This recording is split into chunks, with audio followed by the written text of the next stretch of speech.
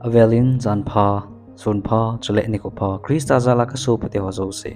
hi chi nin nung lam to kisam kai bible to dem guilong nidin hamsina so jing kita langna channel hi dunia hi chi video ve zo se mi wang pha hi we azi zo Hitobang phat pha hi koi ma zo se na mo zo lo ai a chai chan anaven video masa anave chanin tu khang hi nin nung lam a hitai azi zo pakai Jesu aseijuite anasaipi nin nung lam het do na ding le ahung kile phat het do na diu me chi na te hamsin ho zo si agui lungam tai ki het ta diu kata sen dunia hi fellowship na hilou le pathin ta izil diu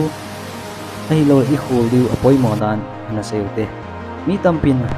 aseijuite ho in ka kai jing nai bible ka sing jing nai tauna kamang jing nai ki ko khom na hong zau hijongle ko tui kalunga mong sele pathin pat tei bu ka chang nai chule pathin ai pi jing nai ti jiwe kichoh to asi ki naw hilou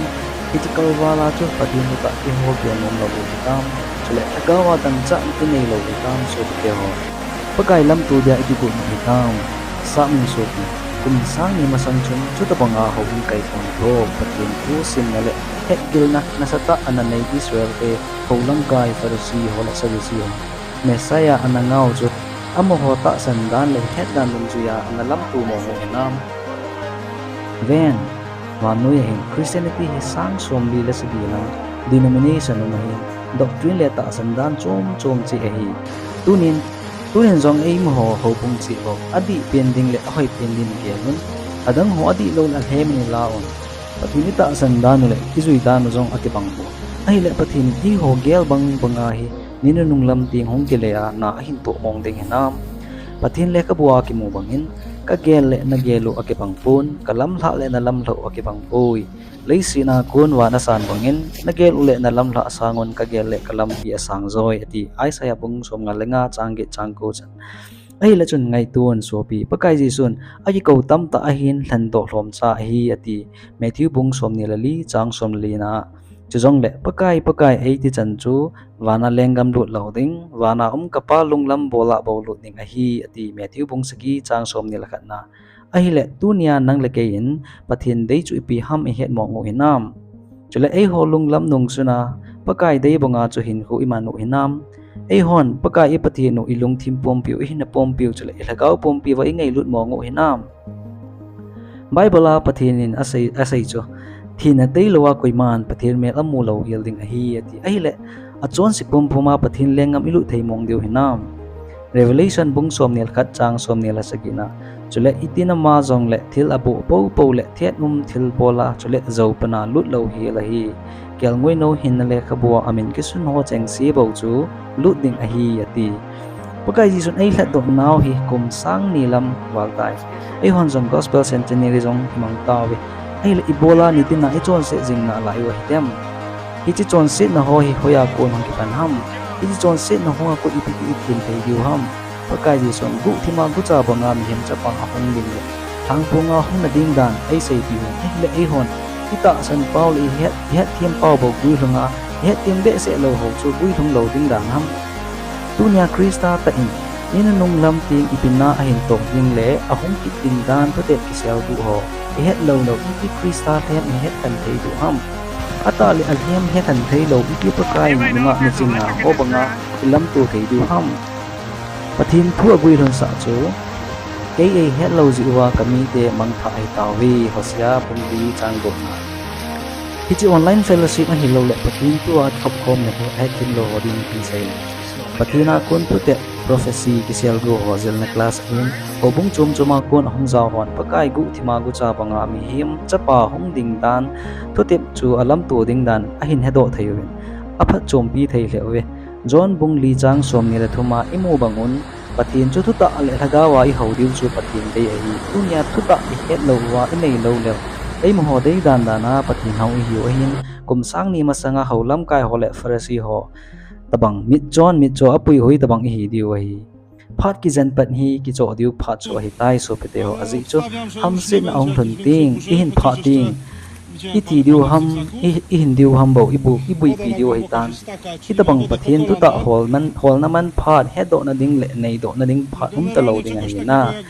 hopkom na hi nilha bung sagi makhaya pat bung ko makhai sung hiding ahin WhatsApp group voice call hiding ahin English na ipa wazong mahi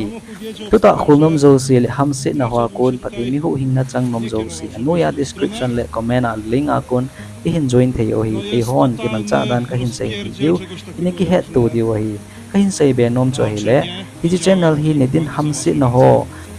su jing ho le Pathen thu hung ki update jing ding a hin pachomi sa ule subscribe utin elo ipa in sungmi ingai lu cha cha ho jong ana share ta na ai hon thil pha bol na ai status ham story ham ai lo le social media ho jong ina share the o na nang pan la na zala khatin thagaw lama kal sum ben anei tu hi pi sumel hin Pathenin e mapui jing taw han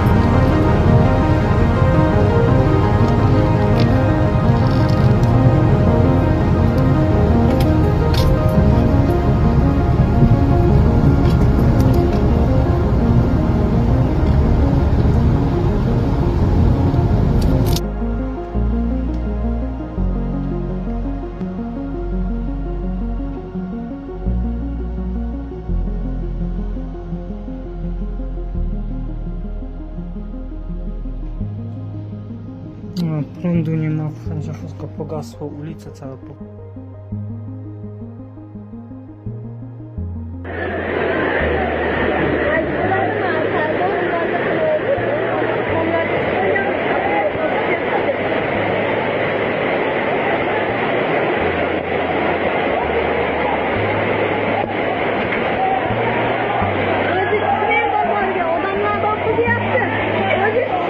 Gelin oldu beni.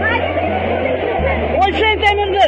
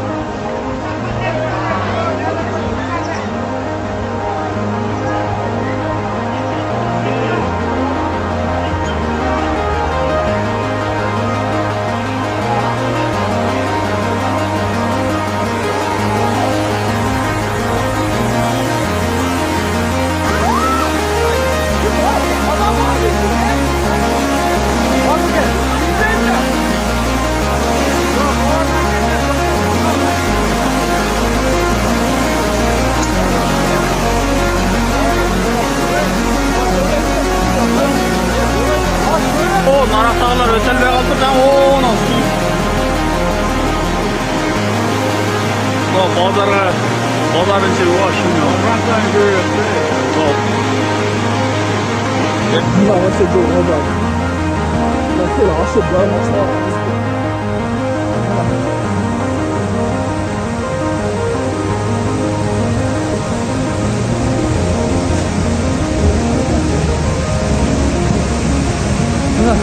Najah tağın o bugüne beriksi.